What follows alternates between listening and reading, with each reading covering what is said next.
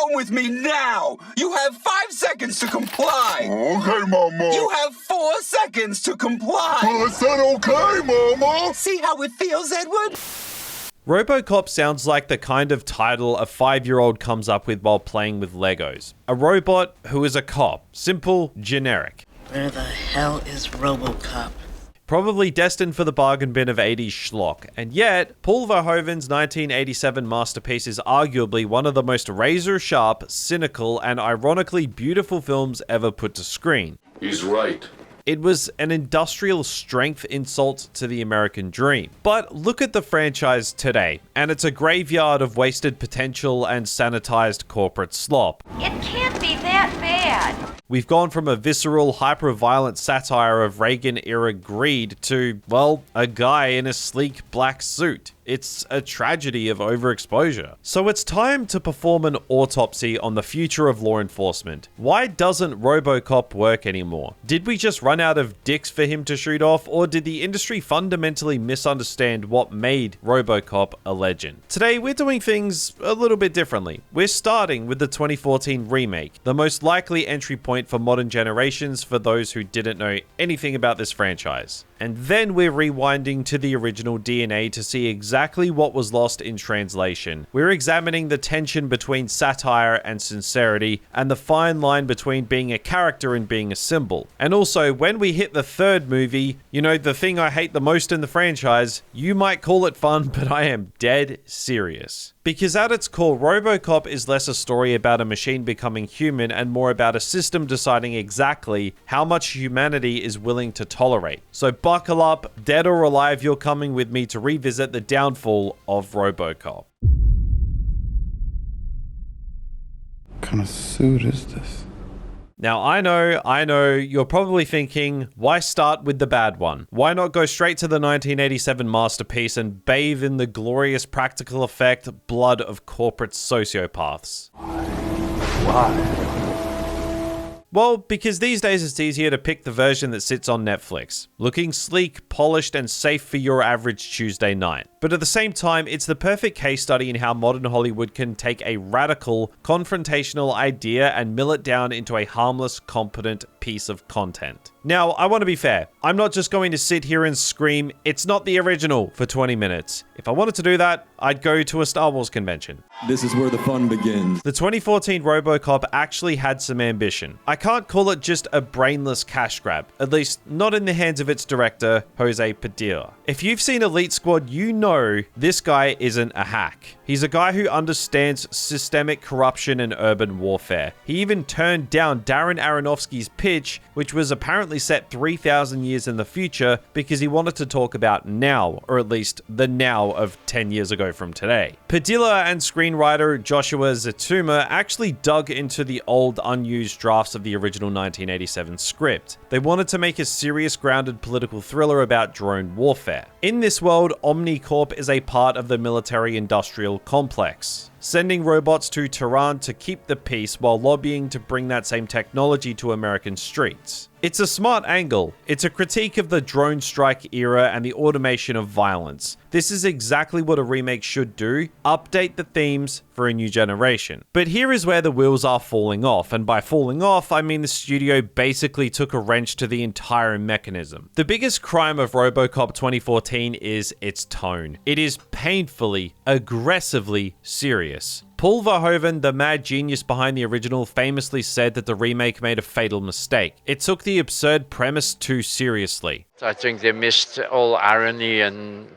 they were much too straight and much too, without any humor or whatever. Verhoeven knew that if you're making a movie about a cyborg cop, you need satire to provide distance. You need that. You need that "I'd buy that for $1" absurdity to highlight how insane the world has become. Without the satire, Robocop 2014 feels heavy. It's just a downer. It tries to be a psychological drama, but it lacks the soul to pull it off. They tried to inject some satire back in with Samuel L. Jackson's character, Pat Novak, a loudmouth pro-corporate news anchor who basically looks like a prototype for modern cable news brain rot. And look, Sam Jackson is always a win, but his segments feel like they were filmed in a different movie. In the original, the satire was baked into the world, but in the 2014 version, it's a garnish. It's a side dish that doesn't match the main course. And the reason it doesn't match is because of the Nolanification of the whole project. Back in the early 2010s, every studio wanted their own Dark Knight. They wanted everything to be tactical, black, and gritty. So instead of the heavy, clunky silver and blue tank that was Peter Weller, we got Joel Kinnaman in what looks like a very expensive Batman suit. He's sleek, he's thin, he does parkour. Why? Because Hollywood thinks we can't find a protagonist cool unless he's agile. But the whole point of Robocop is that he's not a guy in a suit. He's a machine that used to be a man. When Kinnaman's Robocop turns around like a video game character, you lose that sense of otherness. You lose the tragedy. He just looks like a superhero, and God knows we have enough of those. Speaking of tragedy, let's talk about Alex Murphy. In the original, the tragedy is that Murphy is dead and Robocop is a product trying to remember its name. It's a slow burn resurrection. In the remake, they flipped it. Murphy keeps all his memories immediately. He knows his name, he remembers his wife, he remembers the explosion that made him. This changes the entire emotional focus. Instead of a journey toward humanity, it's a story about a trapped man in a coffin made of circuits. There is one scene, arguably the best scene in the movie, where they show Murphy what's left of him. They strip away the armor and he's just a head, a pair of lungs, and an organ bag. It is visceral and horrifying. It is the one moment where the movie actually dares to be confrontational because for a split second, you feel the nightmare of his existence. But then, the movie doesn't know what to do with that horror because Murphy is too human. The corporation Omnicorp has to constantly mess with his brain chemistry to keep him effective. It's an interesting idea about algorithmic management and the corporate control of emotions. Gary Oldman plays Dr. Norton, the good scientist caught in the middle, and he's doing his best to elevate the material here. But because the movie has to be a big budget blockbuster, all these nuanced ideas about medical ethics and media manipulation get shoved into the back seat so we can have another bloodless shootout. And that brings us to the most obvious problem, the PG-13 rating. A PG-13 Robocop is like The Silence of the Lambs, except Hannibal Lecter is just a rude foodie.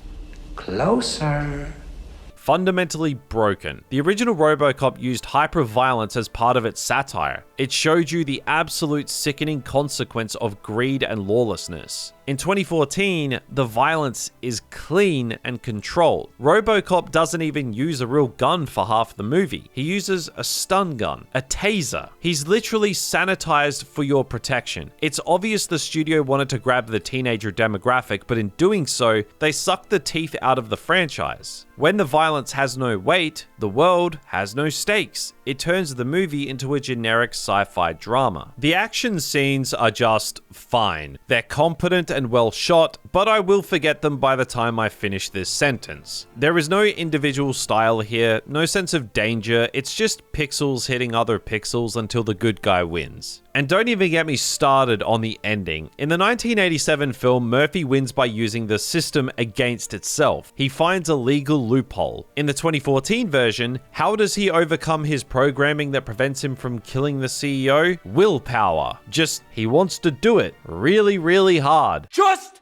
do it! It's the power of friendship, but for cyborgs. It is lazy writing at its absolute worst and completely undermines the idea that the system is the true antagonist. If Murphy can just willpower his way through a hard-coded corporate lockout, then the corporation was never actually a threat to begin with. The 2014 remake is a product of its era. It's what happens when you have a talented director, a great cast, I mean, Gary Oldman, Michael Keaton, Samuel L. Jackson, that's a heavy-hitting lineup. Even Joel Kinnaman is a nice and strongly underrated actor. But you have a studio that is too terrified to let the movie have a personality. MGM was going through a bankruptcy at the time. They were desperate for a win and they thought playing it safe was the way to go. But playing it safe is the one thing a Robocop movie should never do. If it was called Cyborg Police the movie, I'd say, hey, that was a decent 3-star experience, but as a Robocop movie, it fails to justify justify its own existence. It foregrounds the man, the Alex Murphy family drama, because it's easier to market. It wants you to feel sad for his wife and son, but it forgets that the true power of this story comes from the symbol. In the remake, Murphy is the lead character from minute 1. In the original, Murphy is a ghost. Now let's look at that ghost that makes the machine work.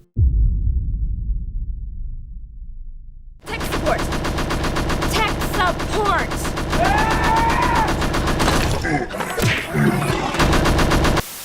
The 1987 original is visceral, hyper-violent, and deeply cynical to everything the 1980s stood for, and yet somehow it's also one of the most human stories ever told in the action genre. Rewatching this today, I'm struck by one thing. This movie had absolutely no right being this good. Think about it. You've got a director, Paul Verhoeven, a mad scientist of Dutch cinema who barely spoke English at the time, taking a script about a Robocop which every other director in Hollywood had already laughed out of their office. It sounds like a joke, but Verhoeven saw something the rest of the industry missed. He saw a mirror. He saw an opportunity to take the American dream and run it through a meat grinder. The 1987 Robocop works because it masters a balance that modern Hollywood has completely forgotten how to achieve. The balance between biting irony and absolute sincerity. So let's start with the satire, because if you don't understand the satire, you don't understand Robocop. As I mentioned earlier, Verhoeven noted that the humor was the distance the movie needed. Without that satirical edge, this story would just be a grim, depressing slog about a guy getting mutilated. But Verhoeven uses satire as both a shield and a scalpel. He gives us these media break segments, those 80s news flashes that feel terrifyingly prophetic today. They give us a world where a nuclear strike in the Amazon is presented with the same upbeat, vapid energy as a commercial for a family board game called Nukem. Get them before they get you. And this is world building at its most efficient. It tells you everything you need to know about this society. It is a culture that has replaced morality with consumerism. You've got the Sucks 6000, a car that literally says it's a piece of junk in the name, but people buy it anyway because it has big reclining seats and it's a status symbol. It's a society that has decided that if something is profitable, it is good, period. Modern blockbusters like the 2014 remake try to do serious political commentary, but they're too afraid to be absurd. They're too afraid to be funny. Verhoeven understood that the world is so insane that you can only tell the truth about it through a joke. When OCP, Omni Consumer Products, privatizes the police force, they aren't doing it to be evil in a cartoonish way, they're doing it because it's a growth opportunity. They're the ultimate Wall Street monsters of the 80s, a precursor to the tech giants of today who think they can solve every human problem with an algorithm and a quarterly earnings report. And the violence? I know some people look at the gore in Robocop and think it's just 80s excess, but look closer. The violence in this movie is an essential tool. It's exaggerated, grotesque. It is designed to make you feel the sickening lack of value placed on human life in this corporate hellscape. Take the boardroom scene where ED-209, the clunky, over-engineered prototype of corporate security, glitches and turns an OCP executive into Swiss cheese. In a modern movie, that scene would be 3 seconds long and edited like a strobe light to keep the PG-13 rating. In Verhoeven's hands, it goes on for an uncomfortably long time. It's a comedy of errors, transitions from shock to horror, and then finally to a dark, sick realization of the absurdity. And the best part? The reaction of the old man, the CEO who looks like a kindly version of Ronald Reagan. He's not upset that a man just died in front of him, he's disappointed that they might lose their contract. Kenny, I'm disappointed in you. This is the DNA of the franchise. It's a parody of the typical 80s action hero. While Clint Eastwood's Dirty Harry or Charles Bronson's Vigilantes were loose cannons who broke the rules to get results, Robocop is the logical conclusion of that idea. He is the ultimate effective officer because he is the rule. He is a machine designed to automate justice, and the film shows us that when you automate justice, you lose your soul. Which takes us to Murphy. The biggest mistake the 2014 remake made was foregrounding Alex Murphy's humanity from the jump. It wanted us to care about his wife and his son and his feelings before we even understood the machine. But the 1987 original was a masterclass in restraint. It treats Murphy first as a symbol and only second as a man. Let's have a closer look at the way Murphy is introduced. He's a good cop, sure, but he's just a guy. And then he's crucified. I don't use those words lightly. Verhoeven has explicitly stated that he viewed Robocop as an American Jesus.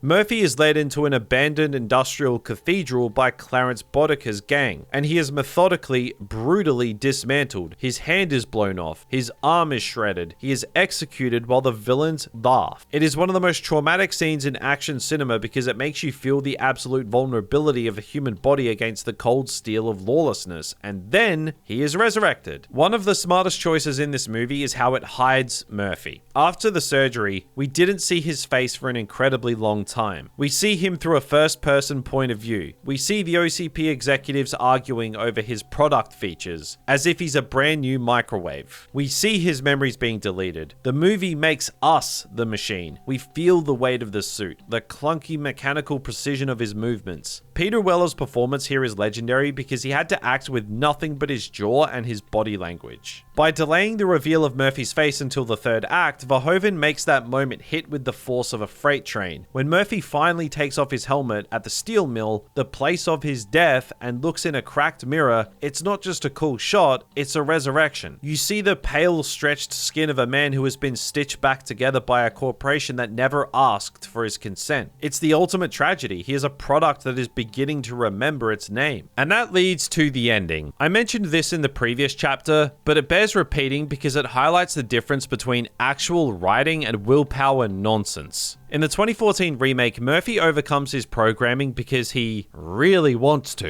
In 1987, he overcomes it through a legal loophole. He can't kill Dick Jones, the corporate vice president, because of Directive 4. It's a hard-coded lockout. He is literally a prisoner of OCP's fine print. He only wins when the old man fires Dick Jones. At that moment, Dick Jones is no longer an OCP employee. He is no longer protected by the system. The loophole opens and Murphy fires. It is the most satisfying legal victory in movie history. And when the old man asks, "Nice shooting, son, what's your name?" and he responds with a simple Murphy, that's it. That's the movie. The machine is gone. The symbol has been reclaimed by the man. But we have to talk about why this movie feels so damn relevant today. It's honestly spooky. Robocop not only predicted the 80s, it predicted the 21st century. It predicted the bankruptcy of Detroit, an actual event that happened decades later. It predicted the militarization of the police force, with armored vehicles and high-tech weaponry becoming the norm in urban centers. It predicted the rise of the megacorp that provides everything from your consumer goods to your security to your healthcare. OCP is omni-consumer products. They own the hospital Murphy died in. They own the insurance company that paid for his resurrection. Verhoeven's Detroit is a hellhole, but it's a hellhole run by polite people in suits who talk about revitalization while they price the poor out of their own homes. Dick Jones and the corporate ladder are the true villains, far more than Clarence Bodica. Bodica is just a tool, a violent symptom of a broken system. Dick Jones is the one who signs the checks. He is the personification of the military-industrial complex that views war and crime as a market to be exploited. The 1987 original just is everything a Hollywood blockbuster should be. It is loud, it is thrilling, and it lands some of the best action set pieces of the decade, but it's also an incredibly smart piece of philosophy. It asks the question, what makes us human? Is it our memories, our feelings, or is it our ability to resist the system that tells us we are just a unit of production? It's a stark reminder of what Disney and the modern studio system are incapable of producing today. These days, they're terrified of satire because satire might offend the very corporations that fund the movies. They're terrified of violence because it might hurt their toy sales. They're terrified of restraint because they think the audience is too stupid to care about a character unless they see them crying every 5 minutes. Verhoeven didn't care about any of that. He made a movie that was an ugly, beautiful, screaming mess.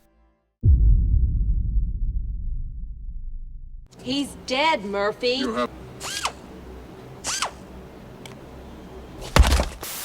Robocop 2 is a fascinating, ugly, and deeply confused piece of cinema too, but it's nuanced. It's a movie that I love and loathe in equal measure. The movie is messy, it's mean-spirited, and it feels like it was written during a fever dream induced by too much caffeine and a stack of 1980s underground comic books. Which, given that Frank Miller was the one holding the pen, is exactly what happened. The first thing we have to address is the Verhoeven-shaped hole in the middle of this production. Paul Verhoeven left the lab and the studio brought in Irvin Kershner. This sounded like a home run. Kershner is the man who gave us The Empire Strikes Back. He knows how to handle a sequel, right? He knows how to take an established world and expand it. But here's the problem. You can't hire a professional to do a provocateur's job. Verhoeven's Robocop felt organic. It had a rhythm. It had a soul under the chrome. Kirshner's Robocop 2 feels flat. Despite having a bigger budget and the same legendary cast, the movie feels weirdly cheap. It lacks that gritty industrial atmosphere that made Detroit feel like a character. Instead, it looks like a high-budget TV pilot, but the real issue is the way the film treats its lead character. While the 1987 film was about Murphy reclaiming his humanity, Robocop 2 is about Murphy being told to sit back down and shut up. One of the biggest disappointments for fans, myself included, is the massive character regression here. At the end of the first movie, he says, Murphy, he's back, he's won. But in the first 10 minutes of the sequel, OCP basically hits the reset button. They tell him he's a machine, they tell him he's property, and Murphy just accepts it. It's a cardinal sin of storytelling. You don't take your hero's hard-won victory and throw it in the trash just so you can have more conflict for the first act. And look, I get what they were trying to do. They wanted to explore the tragedy of his existence again. There's a subplot early on where Murphy is stalking his wife, watching her from his patrol car, trying to remember what it's like to be a husband. It's a powerful, heart-wrenching idea, but the movie handles it with the grace of a sledgehammer. OCP makes Murphy tell his wife that her husband is dead, and he's just a unit wearing his face. It's brutal, depressing, and then the movie just drops it. It never mentions her again. This massive foundational piece of Murphy's soul is treated as a minor plot point that gets resolved in a 5-minute conversation. It's a staggering waste of potential. Instead of a character study, we get Frank Miller's Detroit, and Frank Miller's Detroit is a very, very strange place. Miller is a legend in the comic book world, but his transition to the big screen has always been rocky. His original script for Robocop 2 was famously unfilmable because it was so violent, so weird, and so sprawling. The studio had to bring in Waylon Green to translate Miller's madness into something that wouldn't get everyone arrested. The result is a movie that feels evil and cynical rather than satirical. Verhoeven's Satire was a mirror. Miller's Satire is a punch to the gut. The world of Robocop 2 is a circus of cruelty. You've got the new commercials like Magnavolt, a car security system that literally executes the thief with an electric chair. It's funny, sure, but it feels like a parody of a parody. It's Verhoeven's style without Verhoeven's nuance. And then we have the social decay elements. We have child criminals. We have a 12-year-old boy named Hob who is a violent drug lord. I remember Roger Ebert famously hated this character. He thought it was distasteful and in poor taste to show a child gunning down police officers. And look, I see his point, but at the same time, it's peak Frank Miller. It's that heightened comic book excess where everything is exaggerated. Is it good filmmaking? Probably not, but it certainly isn't boring. And you can't forget the whole kids baseball team with a coach violently robbing a store. Could you imagine something these days? The central plot revolves around Nuke, a new synthetic drug that is tearing Detroit apart. The drug is distributed by a cult leader named Kane, a guy who looks like he's a few sandwiches short of a picnic. When Kane eventually gets turned into Robocop 2, a massive multi-armed death machine, they decide to keep his brain's addiction to Nuke as a way to control him. The idea of a drug-addicted cyborg is such a quintessentially 90s concept. It's edgy, dark, and completely absurd. Think about that for a second. OCP's brilliant plan for citywide security is to put a psychopath's brain into a tank and then keep him hooked on drugs so he'll do what they say. Ultimate corporate failure. It's a metaphor for the sequel itself, a bigger, messier version of the original built on a foundation of bad ideas and a desperate need for a fix. But I have to be fair, despite all the cynicism and the weird child villains, there is one thing Robocop 2 gets absolutely right. Phil Tippett. If you want to know why I still rewatch this movie, just skip to the final 20 minutes. The showdown between Murphy and Robocane is a masterpiece of stop-motion animation. This was the peak of the technology before CGI came along and made everything look like weightless jelly in most of the movies. When these two robots hit each other, you feel the weight. You feel the gears grinding. Phil Tippett and his team team managed to give Robocane more personality through mechanical twitches and hydraulic groans than half the human cast. Robocane is a terrifying design. He's an industrial nightmare looking like a walking factory of death. The stop motion gives him a jittery, unnatural movement that CGI still struggles to replicate. It's so tactile and real. It's the one part of the movie where the escalation actually pays off. It's bigger than the original, sure, but it has that same practical effect grit that we crave. However, once the dust settles and Robocane's brain is crushed under Murphy's fist, you're left wondering, what was the point? In the first movie, Murphy's victory felt like a shift in the world. In the sequel, it feels like a stalemate. Detroit is still a dumpster fire. OCP is still in charge. Murphy is still a machine. The movie ends with a quip about patience, but it feels hollow. It's clear that the franchise had already started to lose its teeth. The violence, while extreme, started to feel like a gimmick rather than a tool. It was violence for the sake of violence. Robocop 2 is the moment the franchise became a product. The original was a crazy idea that spawned something incredible, but the sequel was a brand trying to maintain its market share. A mutant film born from the clashing egos of Frank Miller, Irvin Kershner, and a studio that wanted a summer blockbuster without the problematic political depth of the first one. But before we move on, let's just pour one out for Phil Tippett's stop-motion robots. They were too good for this movie. They were the last gasp of a franchise that actually cared about how its world felt to the touch. Once they replaced the stop motion with early 90s digital effects, the soul was officially gone. Now, let's talk about the jetpack, because God, I hate jetpacks.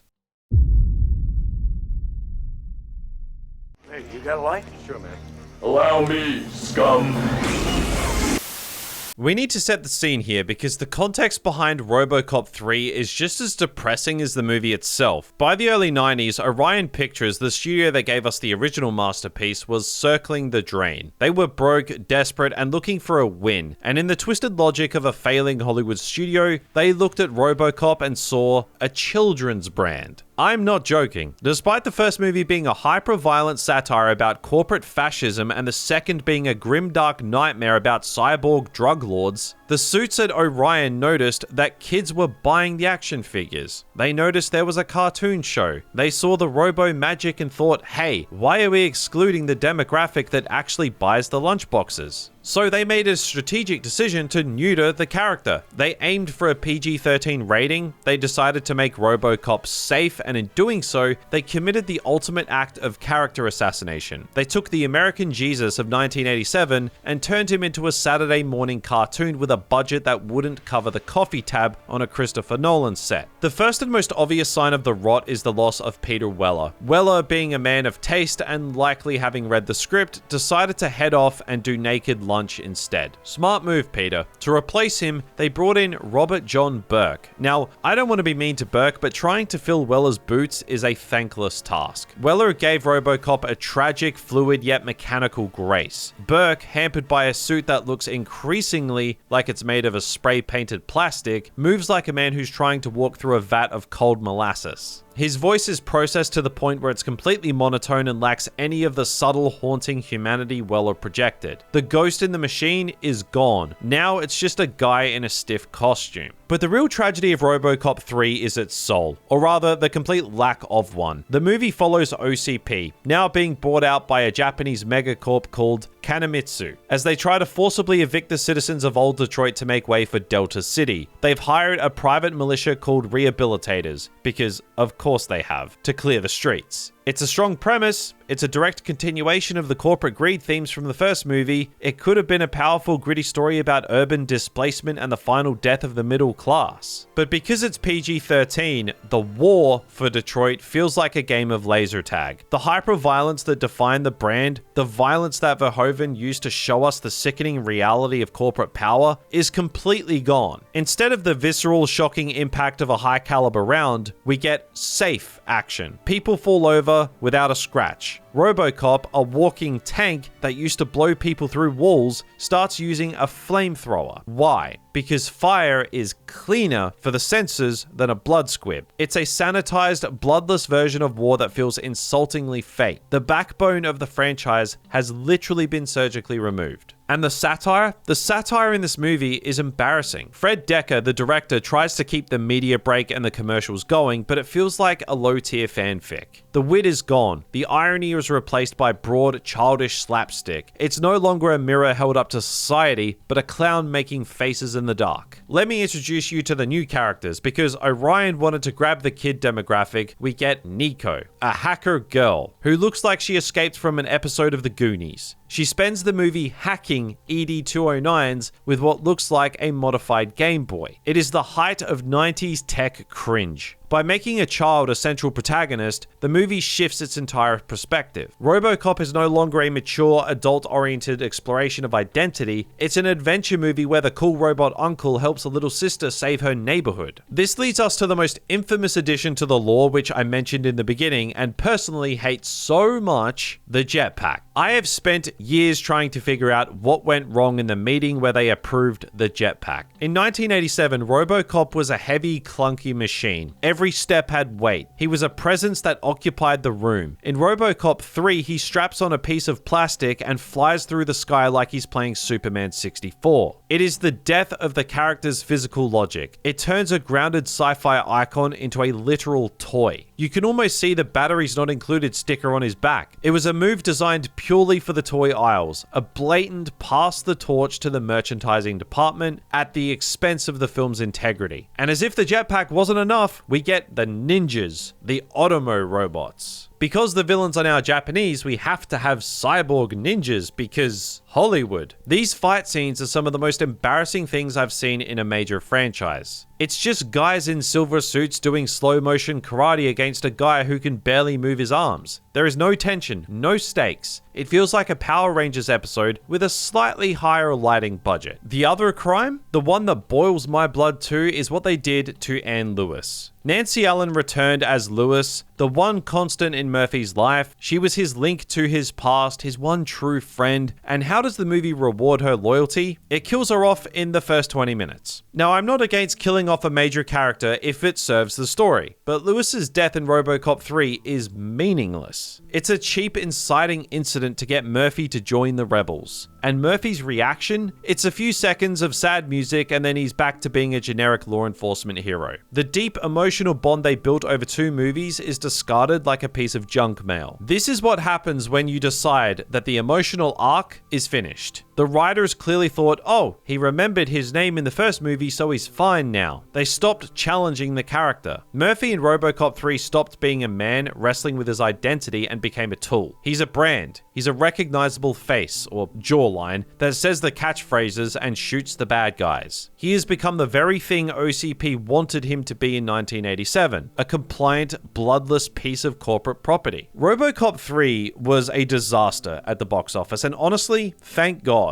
It proved that you can't strip the R out of Robocop and expect people to still care. It was the end of the theatrical franchise for over 20 years. It killed the character's credibility so thoroughly that even the word Robocop became a punchline.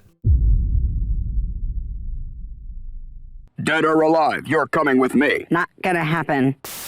But if you think Robocop 3 is Toothless, you haven't seen the television era. This is the part of the story that most people, mercifully, have deleted from their memory banks. But to understand the downfall, we have to look at the TV era, because it represents the total surrender of the original idea. When Orion Pictures went bankrupt, they lost the keys to the future of law enforcement. Desperate for a quick injection of cash, they licensed the rights to anyone with a camera and a soundstage. And the result was a decade of robo-content that was so sanitized, so toothless, and so profoundly budget bin that it makes the Jetpack from the third movie look like high art. It started in 1994 with Robocop, the series. Now, think about the cognitive dissonance here. You're taking a character defined by ultra-violence and R-rated social commentary and putting him in a time slot where he has to compete with Full House. The producers, led by Stephen Downing, who previously worked on MacGyver, explicitly stated that they wanted a family-friendly Robocop. They saw Murphy not as a tragic symbol of a corporate overreach, but as a misunderstood loner who uses his wits to save the day. It was Robo-MacGyver. And if that sounds like a disaster, let me tell you, it was worse. Because this was 90s television. Robocop was no longer allowed to, well, be Robocop. He wasn't allowed to kill anyone. He barely used his gun. Instead, he had a collection of non-lethal gadgets. I'm talking about inflatable airbags that block doorways. I'm talking about stun tags and tasers. Now this time, every action sequence finally and literally felt like a low-budget episode of Power Rangers, where the bad guys would get gently pushed over and then surrender immediately. The visceral weight of the original, the feeling that Murphy was a walking tank, was replaced by a guy in a rubber suit who spent more time giving safety tips to kids than fighting systemic corruption. And the satire? Oh, they tried. They kept the media break segments, but without Paul Verhoeven's cynical edge, it just felt like bad local news. It was a shallow imitation of a masterpiece, stripped of the darkness that made the parody work. When you remove the threat, you remove the point. But the real crime of the 1994 series was how it handled Murphy's humanity. It turned the franchise into a domestic drama. We spent half the time watching Murphy stare longingly at his wife and son from across the street, or dealing with his own robo-dad. It was an attempt to make the character relatable, but by making him relatable, they made him boring. The tragedy of Robocop isn't that he misses his house. It's that he has been legally and physically erased by a corporation. Turning that into a family value subplot is like trying to turn the Terminator into a show about a robot trying to find a good daycare. The series lasted one season, largely because it was too expensive to produce and too boring to watch, but the franchise wasn't done yet. In 2001, we got Robocop Prime Directives. Now, I'll give Prime Directives this. It tried. It was a 4-part miniseries that actually wanted to bring the adult tone. They saw the failure of the 94 series and the 93 movie and said, okay, let's make it dark again. We've got blood squibs. We got terrorists committing suicide. We got a version of Murphy played by Paige Fletcher who looked like he hadn't slept since 1987. In the first 2 episodes, Prime Directives actually hit some interesting notes. It portrays Murphy as an obsolete piece of tech. He's old, he's glitchy, and he's deeply existentially depressed. There's a moment where Murphy is framed like a man standing in front of his own grave. Not literally, but spiritually, metaphorically. It's heavy stuff. It's the kind of old man Logan vibe that could have worked if they had the budget to back it up. But then the second half of the series happens, and boy does it go off the rails. Without the budget for practical effects, Prime Directives leaned into early 2000s digital absurdity. It turned into a weird low-rent version of the Lawnmower Man. We got digital viruses that infect human flesh, cyber ghosts, and a plot that involves a citywide AI takeover. A story about a cop ended and became a generic, syndicated sci-fi mess. The restraint of the original was replaced by digital noise. What the TV era really highlights is the identity crisis of the brand. Robocop is an IP that is inextricably linked to hyper-violence and sharp social critique. If you take those things away to make it family-friendly, you're left with a guy in a tin suit who is less interesting than a toaster. But if you try to bring the darkness back without the A-list talent and the budget to make it feel visceral, you're left with a depressing low-budget slog that feels like a fan film. The TV era reinforced the idea that Robocop was just a brand to be exploited. It ignored the emotional progress Murphy made at the end of the first film and once again resetting him to a cold, robotic monotone because they thought that's what Robocop was supposed to sound like. They foregrounded the character, Alex Murphy's personal drama, but they lost him totally. Across all these television iterations, the system stopped being the true antagonist. The OCP of the TV shows was a bumbling, incompetent joke, not the terrifying totalitarian monster of 1987. And when the system isn't a threat, Robocop isn't a hero. He's just a glorified security guard with a high-maintenance suit. So, after a decade of being sanitized for our protection and then depressed on a budget, the franchise was effectively dead, at least in the cinema and TV screens. It had been underfunded and fundamentally misunderstood by its own caretakers, which brings us back to the 2014 remake. It was the final high-budget gasp of a franchise that had already been choked to death by its own brand management.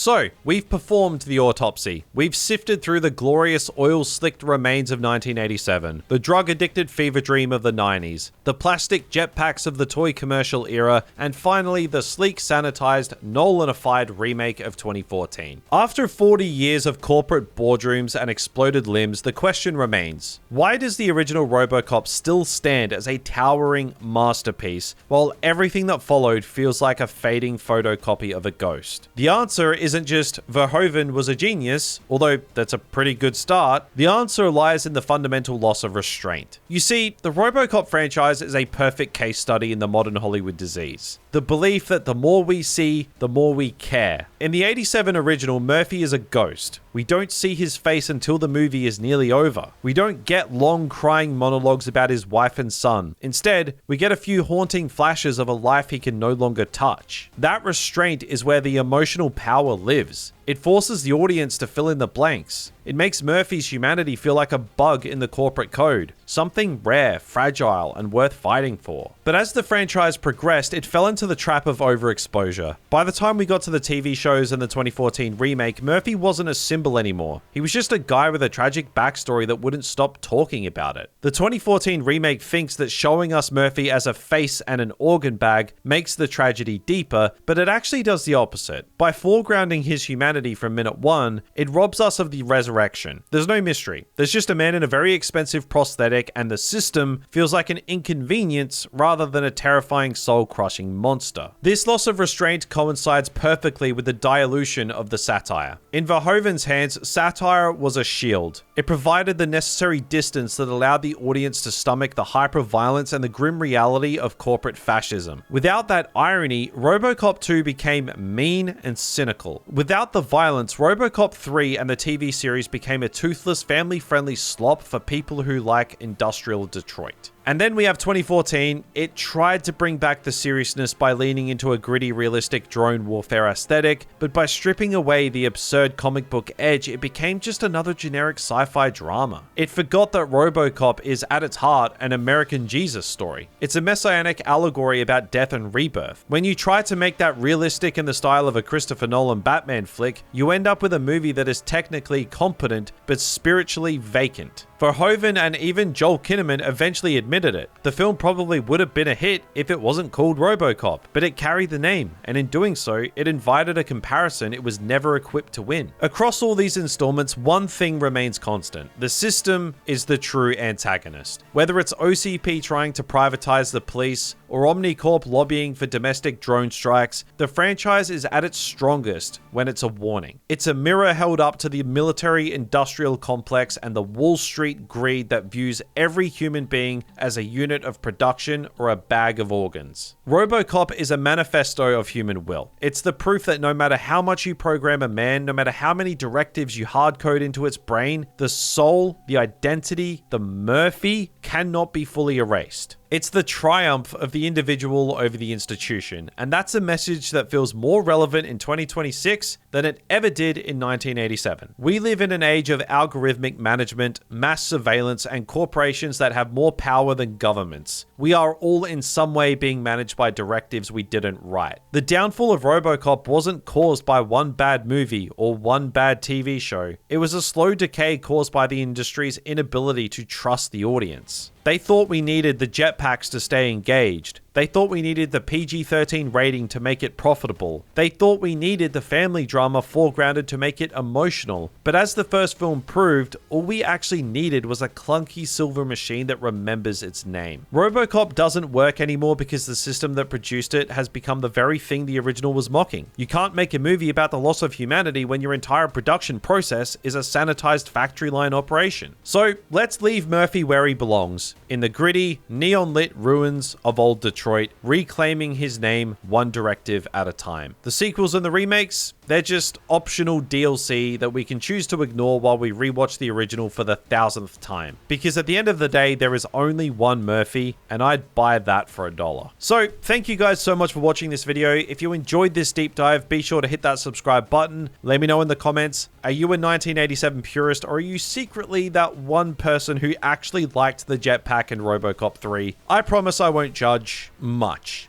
But for now, you have 20 seconds to comply with the like button, and I'll see you guys next time. Take care.